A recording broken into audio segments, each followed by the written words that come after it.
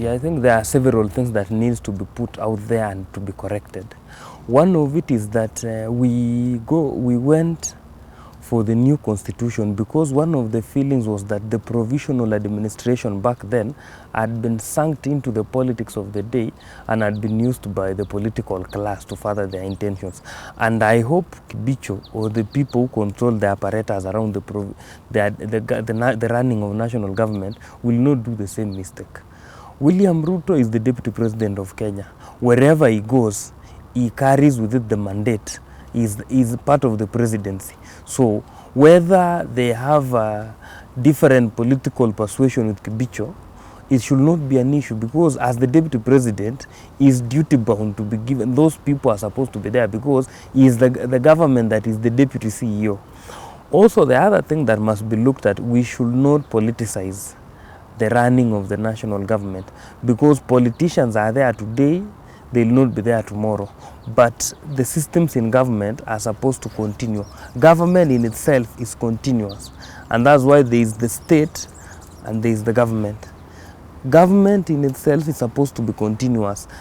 Presidents, politicians will come and go. But let us not politicize the running of either the Ministry of Interior or any other thing.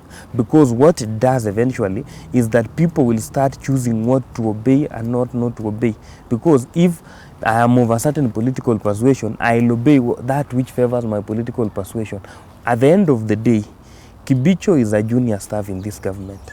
William Ruto is the deputy president. The issue of them having a lecture in the airport should not arise because there are apparatus within which the deputy president can address Kibicho. He can address Kibicho through the cabinet secretary, or it can be addressed through other systems. Bringing it to play out in an airport, if it indeed happened, is a bad show. And it also shows that this is a government that is rowing in two different directions. And also what it does is that it brings something, because Kibicho is a staff in this government, is an officer of this government. He should not be seen to be frustrating constitutional office holders. Kibicho has not been elected by anybody. He has been chosen by those who are elected. So he should also respect the sovereignty of Kenyans. And is continuous. You know, when somebody occupies the media for so long, he ought to have learned something from those who came before him. Before him, there was Akayo Chiruyot. Before him, there was Mutea Iringo. And before Mutea Iringo, there was Kimemia. And all those people, when the last terms of the people who are in office, of the presidents who are in office came, they tried to do some other businesses, and it did not end well. So I think Kibicho should just concentrate in discharging his duty.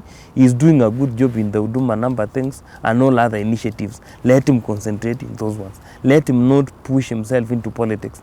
And let also politicians not suck civil servants to politics. Because at the end of the day, civil service is supposed to precede any other political establishment.